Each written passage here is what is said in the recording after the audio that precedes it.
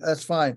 And so the process kind of began. I remember very well. I was 4 when we came, and Dad actually sought counsel from both public and private agriculture experts. How do I make a living on this farm? And it was not a, it was, and all the advice was plant corn, borrow money, build silos, graze the woods, buy chemical fertilizer. Well, my grandfather, fortunately, was a charter subscriber to Rodale's Organic Gardening and Farming magazine in 1948. He was from Indiana. And so Dad got this kind of ecological bent from him. But Dad was his degree was in economics, business administration, economics. And he saw the chemical approach as being a kind of a drug addiction, a drug addiction for the soil. And so, he didn't buy into all that expert advice, but he got a hold of some stuff from Voisin, Andre Voisin, the godfather of managed grazing. He called it rational grazing. Wrote the book Grass Productivity in 1950 or some such thing, and Dad really latched onto that. And we began moving cows around. He developed an electric fencing system in the early 1960s, a shade mobile by the end of the 1960s. And we just began experimenting on things with basically compost and animal movement and mobile everything. I think what now the world through me is benefiting from Dad was that basically you want everything as mobile as possible. And so that has continued to thematically, move whatever experiments and innovations that we do, that mobility of everything rather than we do have stationary things, equipment sheds and things like that. But essentially the chickens, the pigs, the cows, the turkeys, the sheep, all the sheltering, everything is as mobile as it can be. I love that. And actually that's something that I've found is that flexibility that you have when things can move around, and when conditions change, you can really adapt to whatever's happening, because we're so affected by weather, we're so affected by natural disasters, we're so affected by the economy, we're so affected, and the soil, believe it or not, is impacted by those things as well, that we need to be able to be flexible and move things around. So that's been a big part of my farming journey too, is just learning that flexibility. Yeah, I think Dad came to this model not from an ecology standpoint, but from a flexibility standpoint. I might put the building in the wrong place. Well, what happens if I put the building in the wrong place? 2 years down the road, I find out, it's actually in a floodplain, or there's a seep underneath it and it's always wet or whatever. And so I think this idea of being able to move was more a logistical thing for him. Now we know that it's just as beneficial from a hygiene, sanitation, cleanliness, ecology standpoint overall, as it is the infrastructure. The other thing that has happened now, since the early 1960s when we came, is the price of land has gone, so much higher, that we're seeing a lot of young wannabe farmers get onto a piece of property and where you don't own it. And so portable mobile infrastructure allows you to get onto a piece of land and not buy it. And if the relationship goes sour, you just pick up your stuff, you pick up your TP and you move to another spot and another place. And we've seen people do this in everything from public lands, private lands, stacking, permaculture stacking. You can put chickens under an orchard, just all sorts of ways, all sorts of things that options that you have when your infrastructure is more mobile. Yeah, absolutely. Absolutely.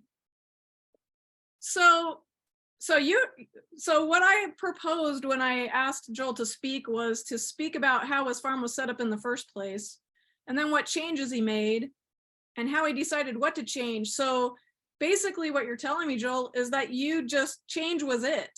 Change was the thing. And you do have some specific structures and some specific things that are like more localized on your farm. Can you talk a little bit about that? How you decided, and some of it was set up when you got there. If you could describe that a little bit first, about maybe a little bit how that was set up, and then how the permanent structures versus the temporary structures, how those are kind of laid out on your property.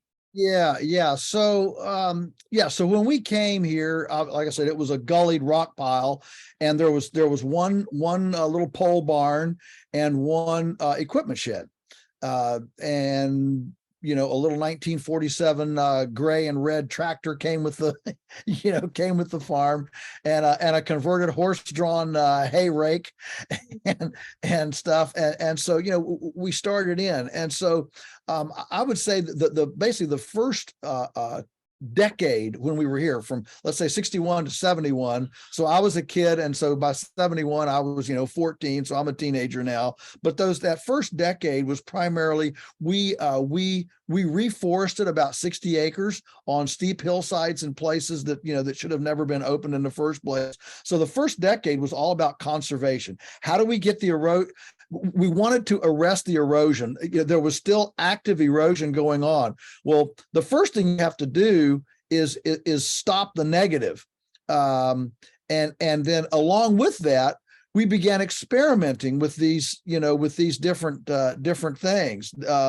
And I remember like yesterday, taking a drive, we went somewhere and saw this guy's portable A-frame. I don't know even what he had. I don't know whether it was pigs or chickens or sheep or what, but all I remember is Dad's just euphoric enthusiasm coming home at this idea of, we don't have to build stationary buildings anymore. So immediately my older brother was interested in rabbits. And so Dad designed a portable rabbit deal with a kind of a central hub, like an airplane, a central hub where the does could be, and then outriggers that they could go out on the grass. And when he was home from work on Saturdays, he was working as an accountant. And when he was home on Saturdays, we could lift that thing up and move it one section forward. It'd be there for a week, and then we'd move it again for a week. The problem with the rabbits was they dig.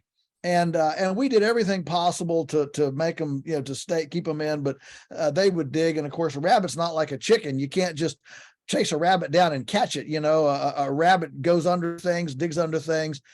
And so we finally abandoned that as being impractical. It just wasn't usable. But that abandoned rabbit structure became the beginning. By that time, I had these chickens, and I needed to expand a little bit because I was selling my eggs in the community, and I was needing to go to a couple hundred laying hens to keep up with my egg customers. And so Dad said, well, why don't you just use those old rabbit things that we're not using and put chickens in them? And so I did. And literally, that's how this whole pastured poultry thing developed. It was completely serendipitous. It was use what you can where you are with what you've got. Don't buy anything, just make do. And obviously, we've modified them a little bit from the original rabbit structures, but basically that's the genesis of that whole thing. And then we started, as we started moving the cows around, we realized, well, they need shade. So dad built a 50, well, Dad and us, we all worked on it, of course, a large 1,000 square foot portable loafing shelter for the cows. Now, remember, this place was a gullied rock pile. There was no fertility. I mean, we were at 90 acres of land, and we could only graze we only had like 10 or 12 cows. That was all that 100 acres, 90 acres would support. And I mean, you could walk. I remember walking the whole place and never setting foot on a piece of vegetation. That's how barren it was. And so we built this shade mobile. We moved it around with the little cow herd, and that thing was like you dropped green paint buckets, on the pasture. You just had these unbelievably productive, fertile little green spots that lasted for 5 years. There was a 5-year halo a 5-year halo after one day's spot of this shade mobile. And again, the lights clicked on, and all through this, the whole goal here was, how do we leverage the resources we already have rather than buying in supplementation from outside? And so the shade. So yeah, could we have bought fertilizer? Well, we might have, we maybe could have, but the shade mobile it was like a portable shade tree, and it leveraged the manure and urine that the cows were dropping in the pasture. It gave us we could put it on blackberries and brambles and dewberry vines. And I mean, it would move them from brambles to clover in 1 year. It was because you had the combination of impaction and fertility, and the very rapid impaction and fertility, changed things unbelievably. And so the shade mobile became an integral part of our whole fertility program over that period of time. And we've now built, more of them. And then the next thing was the winter we were feeding in the hay shed. We had this little hay shed thing we were feeding in there, but we had to clean it out every week because the manure would build up and the cows would get dirty. And what we found was that what we spread in, before like February 15th didn't seem to do any good. What we spread after February 15th, I mean, you had to jump back because the grass grew back so fast. What's the difference? Well, the difference was that what we spread before February 15 all leached and vaporized away by spring when the soil microbes woke up, and we lost that fertility. So, well, we've got to store this in the shed so we don't lose it during the dead of winter. And that started us down the carbonaceous diaper path with the wood chipper. So, by the time I was 14, 15, we bought a used wood chipper from a place, and this was the Arab oil embargo. So we got a wood stove. So we shut down the oil furnace, started burning wood in the early 70s. And since we were burning wood, well, then you have tops to deal with. So we started shredding the tops in this chipper, using those as bedding in the barn, and so we could spread it in. And boy, did that make, I mean, suddenly that bedding that we could spread in the spring after the soil microbes woke up and said, feed me, and they could eat it. Man, it just made things. So I'm trying to express, it was an incremental path, but it was all about how do we stop leaks, i.e., let's stop the erosion. But B, then, once we've stopped the leaks, how do we now take the resources, the carbon, the manure, the urine, how do we take that and leverage it to greatest advantage? Oh, absolutely. Absolutely. One of the things, this is one of the concepts that when I heard about permaculture, it just blew my mind, kind of. That was way before I had heard about you, Joel, but that idea of taking something that you think is a negative and turning it into something that's positive, or even just thinking about it as a positive rather than a negative. That was huge. That was just like, wow, okay, now I came from a background where I didn't have a lot of money and I had to make do with what I had. And I didn't have even the resources that you guys had with materials and stuff. I was living in a rental, and I had 6 little kids. And so I just didn't have anything really. And but that idea of taking things that are usually thought of as waste or something that you would throw away and use it in some practical, useful way. Huge change in my mind was that cycle of stuff. Just thinking about the whole cycle of something. Yeah, absolutely. And I know for me, I remember like yesterday, I was in high school, I'm sure, when I read the first interview. It was a Plowboy interview in Mother Earth News with Bill Mollison. He had not yet written the permaculture handbook, or the designer's manual. I think that's the actual book.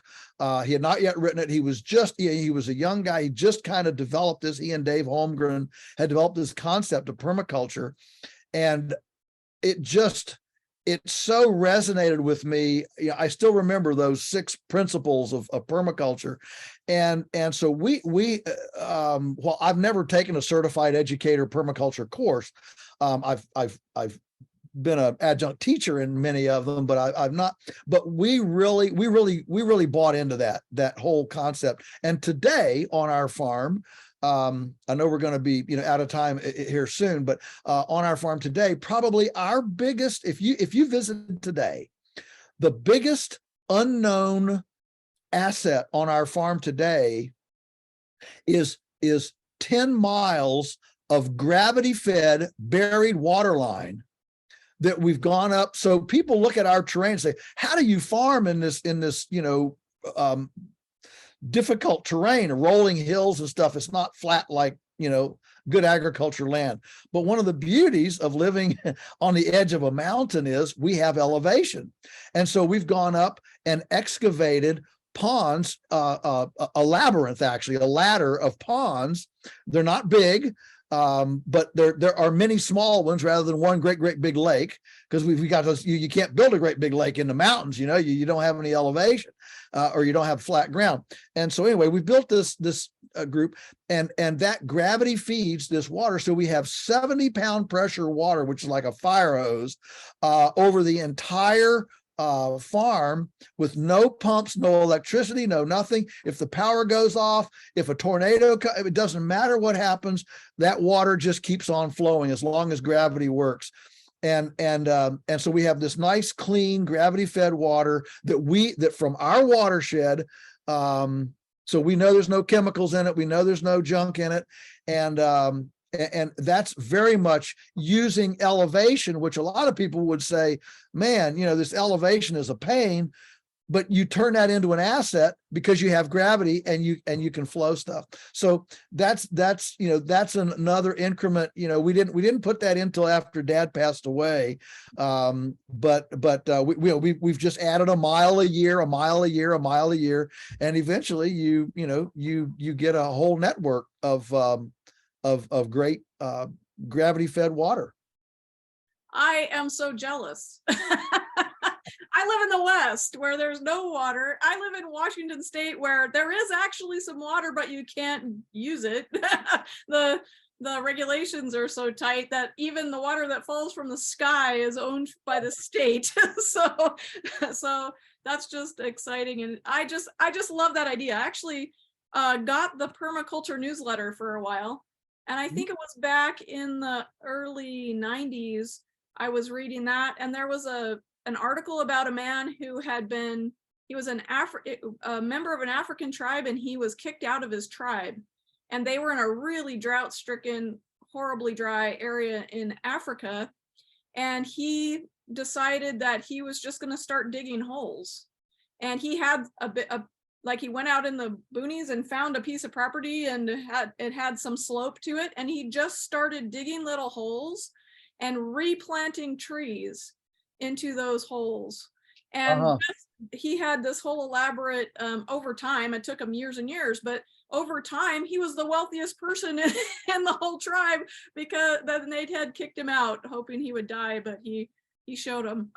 So I think just that whole idea of flexibility, that whole idea of using the resources that you have, of maybe taking a step back and really examining your resources and even your problems, and seeing how you might look at them differently. That's just such a great principle in general. Well, another one that's another kind of a cousin to that principle is that a lot of times our success is not getting, for example, a premium for premium product. It is what happens with salvage, and so for example on ours, let's take a culled cow. Or a beef animal. Okay. A prime steer, you can always get a good price for it because it's a prime animal. But the problem is the salvage cow that's worth only $400 down at the sale barn. But if you can direct market that salvage cow, turn her into hot dogs or whole cow ground beef, it's wonderful, wonderful material. And suddenly that cull cow that you get $400 for at the sale barn becomes $2,000. And so the price differential between being able to take a salvage and moving it to a value added option versus a premium and adding more on it, the difference is a lot better on the salvage than it is on the premium product. And so there again, you're looking at a liability, what most would look at a liability, and you're realizing, well, there's my gold mine, not the A grade stuff. The A grade stuff always has a market and a good price. That's easy. It's how do I double or triple the value of the C grade and D grade stuff? And that's another whatever, permutation of the same theme of salvage. Absolutely. Absolutely. Well, I could listen to you all day, Joel. And one of my great goals in life is to come visit you at your farm and take some of your classes there and walk around and see all your good stuff. I actually have asked Joel if he would just give you kind of his contact information in case you want to find out more about him. You can go on Amazon and type in the name Joel Salatin and you will find a lot of stuff. But Joel, is there a good way for people to get in touch with you? I know that you've got a cool website and stuff. Could you give them that information? Yeah, sure. The best way to get in touch with me is just to contact us through Polyface Farms at gmail.com. Polyface, Polyface, Polyface Farms at gmail.com.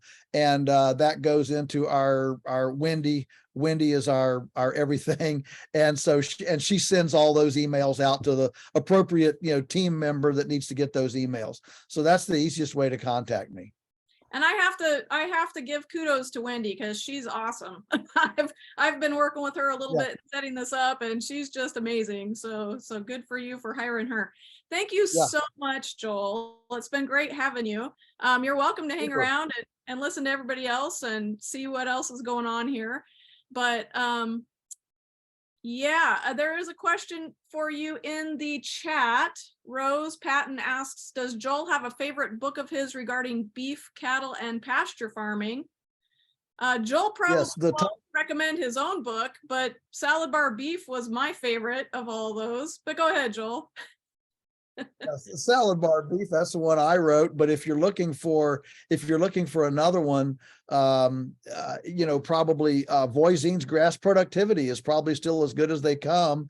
And of course, Alan Savory's Holistic Management is also quite good. But Andre Voisine is still kind of the godfather of this. Yeah. Yeah, and Voisine is spelled Voisin, I believe, right? He was French. Voisin. I think it's said in France they call it voisin. Yeah. You got to hold your nose in French. Voisin, you got to. It's French. So, do you have a favorite resource for pastured rabbits? Pastured rabbits? There are some really good ones out there. I can't call one off the top of my head, but every one that I've seen on pastured rabbits, there's about 2 out there, and they've both been quite good. Yeah. Awesome. Very good. Yeah, I would imagine there's a little bit out there. I know that I do sheep, and in the US, sheep, it's weird. They fall into this category where they're not cows and they're not horses. And so pretty much the government ignores them, and funding sources that could be used for doing stuff like that are not available. So there are some of